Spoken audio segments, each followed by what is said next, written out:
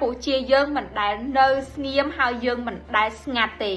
គ្រប់ពេលដែលមានសកម្មភាពណាមួយដែលធ្វើឲ្យប៉ះពាល់មកដល់កម្ពុជាអង្គពលទាំងអស់គ្នាកាលពីម្សិលមិញនេះក្រសួងវប្បធម៌និងវិចិត្រសិល្បៈកម្ពុជាយើងបានចេញនៅសេចក្តីថ្លែងការណ៍មួយថ្កោលទោសទៅនឹងសកម្មភាពរបស់ភាគីថៃតាក់ទងនឹងការបំផ្លិចបំផ្លាញទៅលើកម្មជនដើរឡើងទៅប្រាសាទខ្នាតប៉ុន្តែបងប្អូនទាំងអស់គ្នាប្រហែលជាឆ្ងល់ថាតើហេតុអីបានជាកម្ពុជាយើងនៅតែបន្តចេញលិខិតនៅក្នុងទម្រង់ដដែលបែបនេះជាការពិតយើងទទួលស្គាល់ថាមានទឹកដីរបស់យើងមួយចំនួនគឺស្ថិតនៅក្រោមការគ្រប់គ្រងរបស់ភាគីថៃប៉ុន្តែការដែលយើងបន្តចេញនៅលិខិតនៅក្នុងទម្រង់លិខិតតវ៉ាលិខិតថ្កោលទោសអីផ្សេងៗសេចក្តីថ្លែងការណ៍ព័ត៌មានជាដើមទាំងអស់នេះគឺជាការបង្ហាញថាកម្ពុជាយើងមិនបានទទួលស្គាល់ទៅលើការគ្រប់គ្រងដោយកម្លាំងនិងការធ្វើនៅសកម្មភាព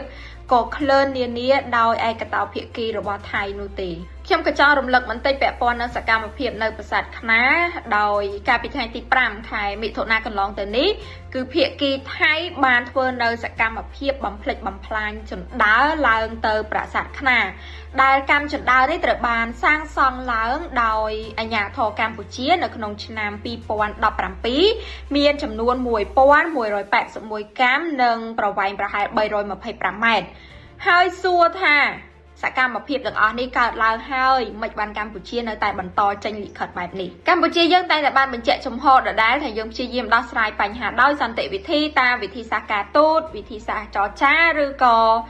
យន្តការច្បាប់អន្តរជាតិជាដើមហើយការដែលចេញនៅលិខិតបែបនេះគឺដោយសារតែនេះគឺជាវិធីសាស្ត្រមួយបឋម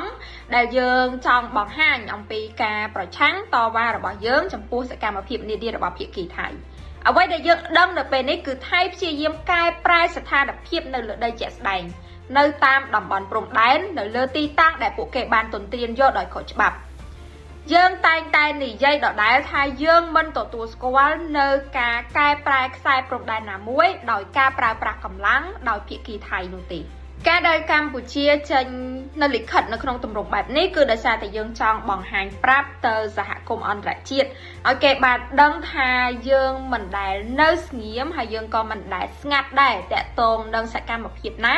ដែលធ្វើឲ្យប៉ះពាល់មកដល់ដែនអធិបតេយ្យភាពនិងបូរណភាពទឹកដីរបស់កម្ពុជាហើយការដែលចេញនៅលិខិតក្នុងទម្រង់បែបនេះវាក៏ជាភស្តុតាងមួយដែលអាចឲ្យយើងយកទៅប្រើក្នុងករណីចាំបាច់នាពេលខាងមុខបើសិនជាយើងត្រូវដំណើរការទៅតាមនីតិវិធីផ្លូវច្បាប់ពីព្រោះកាលណាដែលបើសិនជាយើងអត់បានចេញនៅលិខិតទាំងអស់នេះគេអាចនឹងសន្និដ្ឋានថាយើងយល់ព្រមចំពោះសកម្មភាពគ្រប់បែបយ៉ាងប៉ុន្តែជាក់ស្ដែងកម្ពុជាយើងមិនដែលនៅស្ងៀមហើយយើងមិនដែលស្ងាត់ទេគ្រប់ពេលដែលមានសកម្មភាពណាមួយដែលធ្វើឲ្យប៉ះពាល់មកដល់កម្ពុជា